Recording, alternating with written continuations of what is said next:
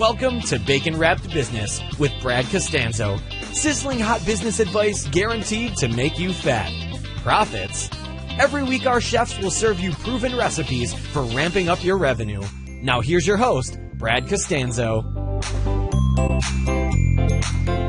This is Brad Costanzo, and today I am here with Dave Asprey, the founder of the Bulletproof Executive. He's a Silicon Valley investor and technology entrepreneur who has spent 15 years and over, get this, $300,000 to hack his own biology. Dave lost 100 pounds without counting calories or excessive exercise, and he's used techniques to upgrade his brain by more than 20 IQ points. So I'd like to go ahead and welcome you here to the show. Dave, thanks for joining me. Brad, thanks for having me on. Well, as I mentioned offline, I've been a fan and a follower of yours for years, and I think you've done some tremendous work. But that being said, what is the number one thing that you recommend people do to maximize their health and wellness? There are so many things that come to mind. I think, what about sleep? What about stress? But the one thing that people probably won't hear from an average expert, and the one thing that's sort of hidden, is something that I wrote about in the Bulletproof Diet. And I call it avoiding your kryptonite. So we focus so much on what are the things that make us strong. So, I eat lots of whatever you believe is going to make you strong. I would propose butter might be that. Yeah. Butter from grass-fed cows, of course, or grass-fed meat, or lots of vegetables, or maybe you're a raw vegan and you believe that that's what's going to work for you. Mm-hmm. But whatever your template is, like, okay, what makes you strong? More exercise makes me strong. Mm-hmm. But what about the things that make you weak? It turns out that every activity and every food, everything in the environment around you, it has good things, mm-hmm. and it has bad things. And one example of this would be, let's say, protein. And there's a kind of an obvious example that I also wrote about, and I love this example because if I said to you, you need to have 30 grams of protein in the morning so you can have lots of energy, you'd probably say, okay. But then if I gave you a big bowl of spider venom, which is all protein, by the way, you look at me like I was natural, stupid. It's natural. It's organic right. spider venom. Organic, biodynamic spider venom. Exactly. Right? What's going to happen is you're not going to eat it. So apparently, we all know at some level that just because it's got protein doesn't mean it's good for you. Mm-hmm. So different foods between a bowl of scrambled eggs and a bowl of spider venom, very different. So let's look at everything that we do not from a is it good or is it bad, but recognizing that it's a mix of good and bad. And if you can take steps to maximize the good and minimize the bad at exactly the same time, what you're going to experience is a dramatic improvement in the quality of your life. Because it's the subtle little things that can happen in your food or in your environment that trigger brain fog and fatigue and things that make you tired or give you joint pain or ruin a good night's sleep or make you yell at your kids when you didn't mean to. Sometimes it isn't that you didn't do enough of the good stuff. You did all the good stuff, but at the same time you did the bad stuff and you didn't know about it because you don't know what your kryptonite is. Right, and that's probably one of the things that makes people so frustrated because they feel as though they're doing all the right things. Hey, I'm going to the gym and I'm trying to eat healthy and I'm trying to do this, that, and the other, and they're not getting any results or maybe they're going backwards. So you're saying that sometimes they're taking kryptonite and not knowing it. Yeah, and there's a couple different types of kryptonite that we'll talk about just in our 10 minutes here. One of them is something that we put in our own food. So this is, let's say you add MSG to your food, or you don't know it's added, or in the US, a restaurant can add something that's 74% MSG to your meal, and they can tell you that there's no MSG added because according to our regulations, it's not actually MSG unless it's 75% MSG or more. So really? The cook, that's eye-opening. The cook, he can tell you this. He can say, look, I promise you I added no MSG, and he believes it because his own label just says spice extract. He doesn't know. He just knows people eat a lot of it when he puts it in there. So this means that if you are experiencing food cravings or you have that energy crash at 2 p.m, it might be because we added man-made kryptonite to it. Artificial colorings and flavorings, they're artificial, which doesn't make them good or bad, but they have a biological metabolic impact that is documented to be bad. And as a person who's seeking to be high performance, you don't want to have any of that. And less is better. And we go out and we spend a couple bucks on a little fish oil capsule, Okay, that's good oil, assuming that it's not rancid and low quality fish oil, at which point it's bad. But if this much fish oil can do something for you, what will this much margarine do? Margarine is the opposite of fish oil in terms of health. It is Right. inflammatory. Small amounts of margarine are just as bad as those fish oil things are good. That's So a really an lot of amazing point right there. And it's something you just gave me a little epiphany, because you're always like, oh, well, I'm just going to have a little bit of this, a little bite, little here and there, and it's in moderation. But when you think about it, yeah, the other things you take in moderation are the really healthy things, like the fish oil. That's really a tremendous point. So sorry to interrupt there, but I just wanted to hit on that. oh, thanks, Brad. Not at all.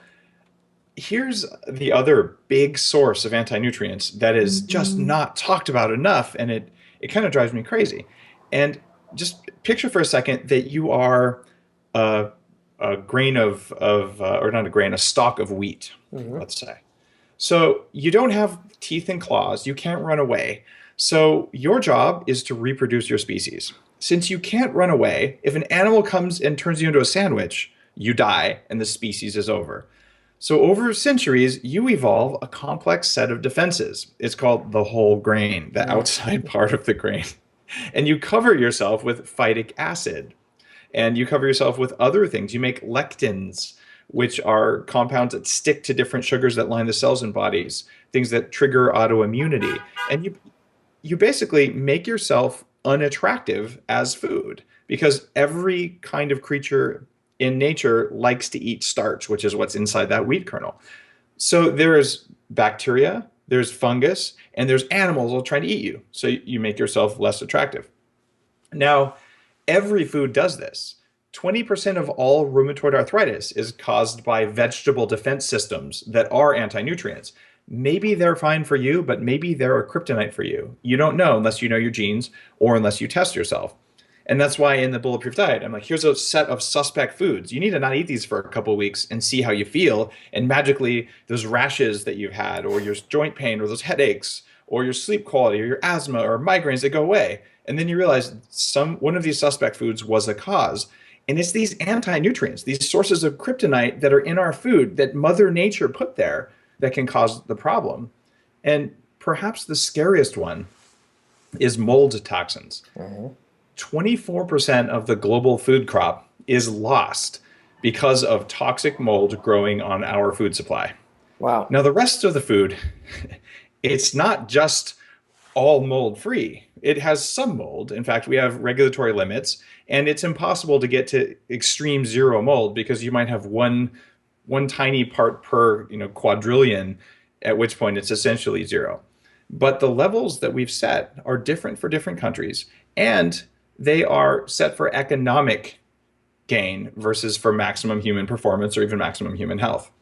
So, for instance, one of these toxins, the most common toxin in coffee of all things, is called ochratoxin A. On the Bulletproof website, I have 1,200 studies on the health effects of ochratoxin A, and 34 studies documenting that it's a problem in the coffee industry.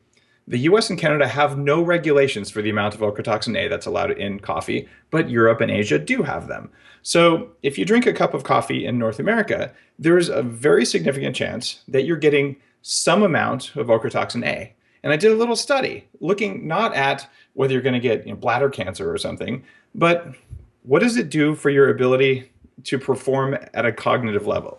So we had a group of people do 2 tests every day of 7 different types of executive function. And what we found was a statistically significant improvement in their test scores when they were using coffee that did not have mold toxins in it. And this is a coffee that I manufacture with lab testing that we actually stop the production of the toxins earlier in the production of coffee, and then we lab test to verify that our process worked. So this is a thing. There is a huge body of evidence that says coffee is good for you.